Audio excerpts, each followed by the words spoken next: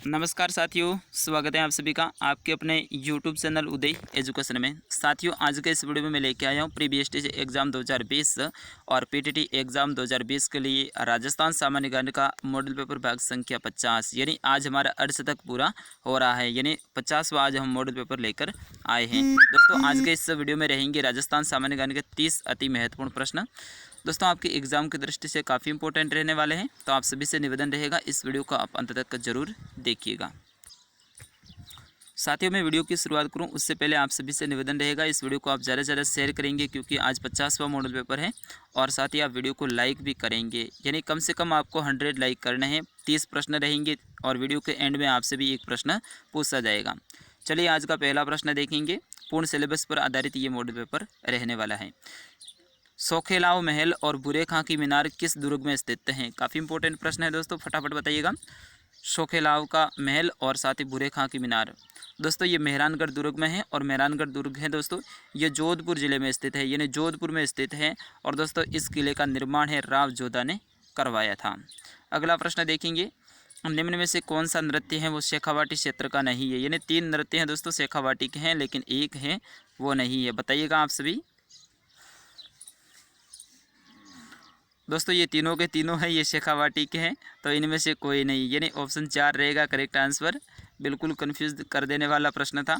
अगला प्रश्न देखेंगे। निम्न में से वाद्य यंत्र रहित कौन सा नृत्य है? यानी ऐसा कौन सा नृत्य है जिसमें वाद्य यंत्र ही नहीं बजाया जाता है? वालर, लूर, हाथी मन्ना और घेर नृत्य। तीसरे का आंसर दीजिए। बिल्कुल वालर नृत्य हो जाएगा, ऑप्शन 1 इसका करेक्ट आंसर। अगला प्रश्न देखेंगे। किस वाद्य यंत्र में चमड़े की एक पट्टी पर 50-60 घुंघरू होते हैं? दोस्तों ऐसा कौन सा वाद्य यंत्र होता है जिसकी चमड़े की पट्टी होती है, उसमें 50 से 60 घुंघरू बंधे हुए होते हैं? थाली, रमझोल, खरताल, श्रीमंडल। दोस्तों बताइएगा, काफ़ी इंपॉर्टेंट प्रश्न है।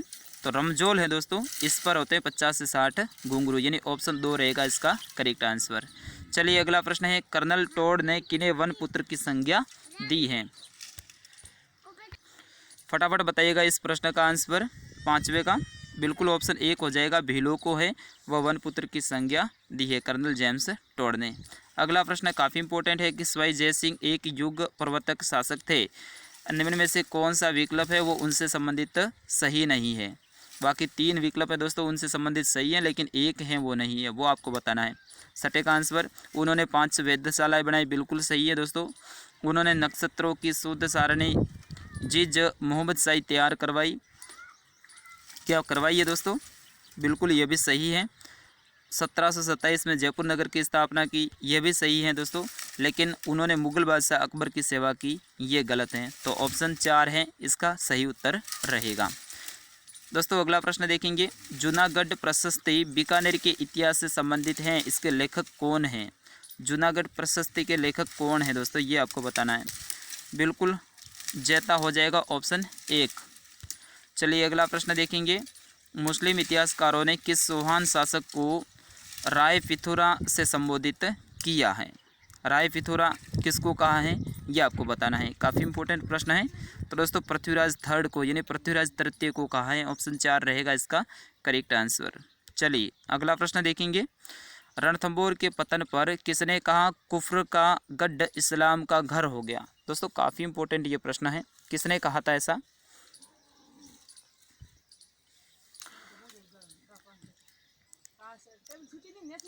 इसका करेक्ट आंसर रहेगा ऑप्शन 2, यानी अमीर खुसरो। चलिए दोस्तों अगला प्रश्न देखेंगे। किस राजपूत शासक की मृत्यु पर मुगल सम्राट औरंगजेब ने कहा आज फुकर का दरवाज़ा टूट गया?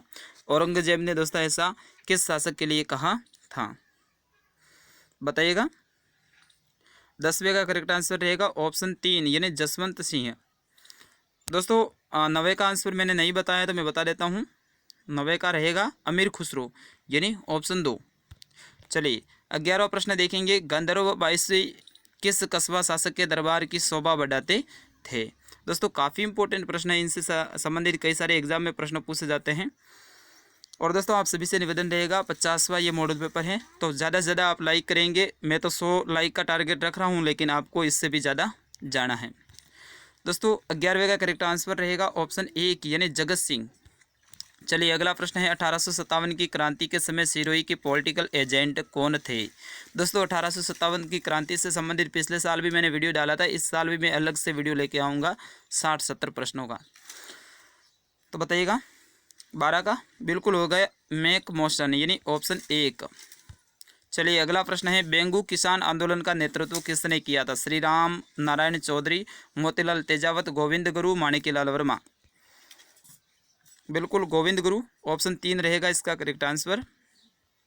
अगला प्रश्न है राजस्थान की अंतर्राष्ट्रीय सीमा 1070 किलोमीटर है। इस सीमा से सबसे नज़दीक राजस्थान का शहर कौन सा है। दोस्तों राजस्थान की अंतर्राष्ट्रीय सीमा पाकिस्तान से लगती है।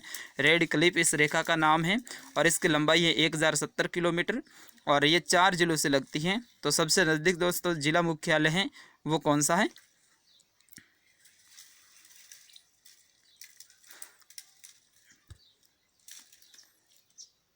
तो दोस्तों करेक्ट आंसर रहेगा 14 का अपना ऑप्शन 4 गंगानगर।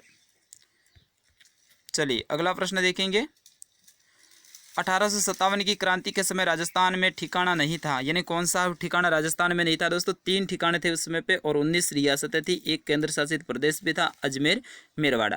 तो दोस्तों पुष्कर था उस समय पे ठिकाना नहीं था, बाकी कुशलगढ़ है, लावा है और नीमराणा है, ये तीनों उस समय पे ठिकाने थे। चलिए अगला प्रश्न है निम्न विकल्पों में वह जिला जो नागौर की सीमा को स्पर्श नहीं करता है। नागौर की सीमा को कौन सा जिला नहीं टच करता है। 16 का आंसर बताइए। ऑप्शन 3 रहेगा भीलवाड़ा। बाकी दोस्तों जयपुर, सीकर और जोधपुर ये टच करते हैं। जहाँ तक मेरे को याद आ रहा लगभग 7 जिले हैं वो नागौर की सीमा को स्पर्श करते हैं। अगला प्रश्न है और सबसे अधिक 8 जिले हैं वो पाली से लगते हैं। प्रतापगढ़ एवं बांसवाड़ा के मध्य भाग को स्थानीय भाषा में किस नाम से जाना जाता है। दोस्तों छप्पन का मैदान। दोस्तों छप्पन का मैदान कहा जाता है, ऑप्शन 1 रहेगा इसका करेक्ट आंसर। और 56 की पहाड़ियाँ हैं दोस्तों ये कहाँ हैं जरूर बताइएगा ये भी आप। अगला प्रश्न है असंगत बताइए, यानी इनमें से है असंगत कौन सा है, असम्मिलित कौन सा है। चिड़ियातुक पहाड़ी जोधपुर बिल्कुल सही है दोस्तों। त्रिकुट पहाड़ी ये नागौर में नहीं है दोस्तों। बाकी बैराट की पहाड़ी जयपुर में है, मालानी पर्वत है ये बाड़मेर में है। तो ऑप्शन 2 रहेगा करेक्ट आंसर। अगला प्रश्न है राजस्थान की सर्वाधिक सतही जल किस नदी से प्राप्त होता है। राजस्थान को सर्वाधिक सतही जल है वो किस नदी से प्राप्त होता है। बनास, लूणी, माही, चंबल। दोस्तों इसका करेक्ट आंसर रहेगा ऑप्शन 4 यानी चंबल। चलिए अगला प्रश्न देखेंगे सही विकल्प को चुनिए, यानी इनमें से सही कौन सा है। 3 गलत है 1 सही है।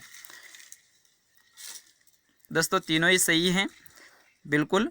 घग्गर कालका पर्वत श्रेणी से निकलती हैं, साबी हैं सेवर की पहाड़ी से और कांतली है खंडेला की पहाड़ी से। तो उपयुक्त सभी ऑप्शन 4 रहेगा इसका करेक्ट आंसर।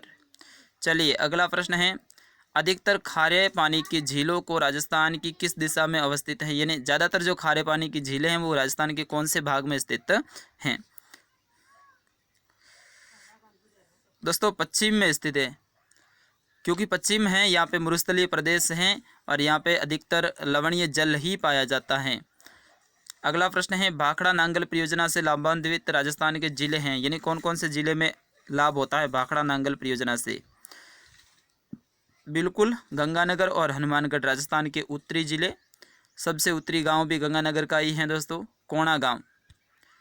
अगला प्रश्न है इंदिरा लिफ्ट सिंचाई परियोजना संबंधित हैं। इंदिरा लिफ्ट सिंचाई परियोजना किस जिले से संबंधित हैं ये आपको बताना है। 23 का आंसर बिल्कुल सवाई माधोपुर से, ऑप्शन 1 रहेगा इसका करेक्ट आंसर। अगला प्रश्न रहेगा राजस्थान की किस फसल को स्थानीय भाषा में बढ़िया कहा जाता है, बताइएगा दोस्तों। बिल्कुल करेक्ट आंसर रहेगा इसका ऑप्शन 2 यानी कपास को। अगला प्रश्न देखेंगे राजस्थान में केंद्रीय भेड़ एवं ऊन अनुसंधान केंद्र कहाँ स्थित हैं। काफ़ी इंपॉर्टेंट 25वां प्रश्न है। बिल्कुल ये भी है अविका नगर में, ऑप्शन 1 रहेगा इसका करेक्ट आंसर। दोस्तों आप सभी से निवेदन रहेगा वीडियो को एक बार पुनः अप्लाई कर दीजिएगा, नहीं किया है तो। प्रतिहार शासक जिसने सर्वप्रथम जालोर को अपनी राजधानी बनाया था। दोस्तों काफ़ी इंपॉर्टेंट प्रश्न है, सबसे पहले जालोर को अपनी राजधानी किस प्रतिहार शासक ने बनाया था। ये था नागभट्ट प्रथम, ऑप्शन 1 रहेगा इसका करेक्ट आंसर। अगला प्रश्न देखेंगे मध्यम काली मिट्टी राजस्थान की किस फसल के लिए सर्वाधिक उपयुक्त है? यानी मध्यम काली मिट्टी ये कौन से फसल के लिए लाभदायक है? बाजरा, कपास, गेहूँ, चना।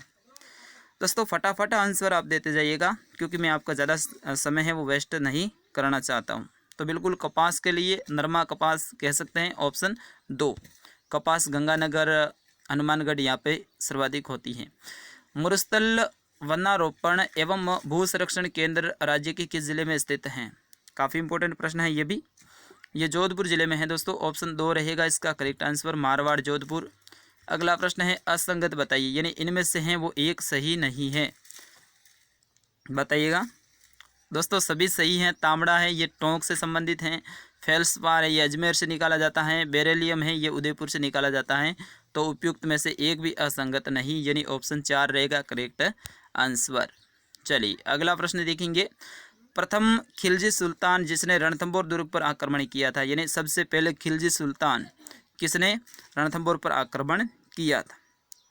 दोस्तों जलालुद्दीन यानी ऑप्शन 1 रहेगा। फिर उसके बाद में अलाउद्दीन ये बाद में आया था, इसने फिर अपने रणथंभौर, चित्तौड़, जालोर, सिवाना इस पर आक्रमण किया था। दोस्तों अब आपके लिए जो प्रश्न मैंने कहा था वीडियो के शुरुआत में कि एक प्रश्न आपसे भी पूछूंगा, तो बिल्कुल ये रहा। निम्न में से किस किले को जीतने के लिए जनरल लेक है वो असफल रहा था? जनरल लेक है वो कौन से किले को जीतने के लिए असफल रहा था? बाला किला, अचलगढ़, लोहागढ़, जयगढ़। इसका आंसर दोस्तों आपको बताना है वीडियो के कमेंट बॉक्स में, ठीक है ना दोस्तों। और इसका आंसर मैं अगले वीडियो में ज़रूर बताऊंगा। अगला वीडियो भी मैं बहुत जल्द लेकर आने वाला हूं। दोस्तों एक बार पुनः आप इस वीडियो को अब शेयर कर दीजिएगा आपके जितने भी फ्रेंड हैं उनको, और साथ ही वो तो करना ही है आपको लाइक। मिलता हूं अगले वीडियो में, तब तक के लिए जय हिंद, वंदे मातरम।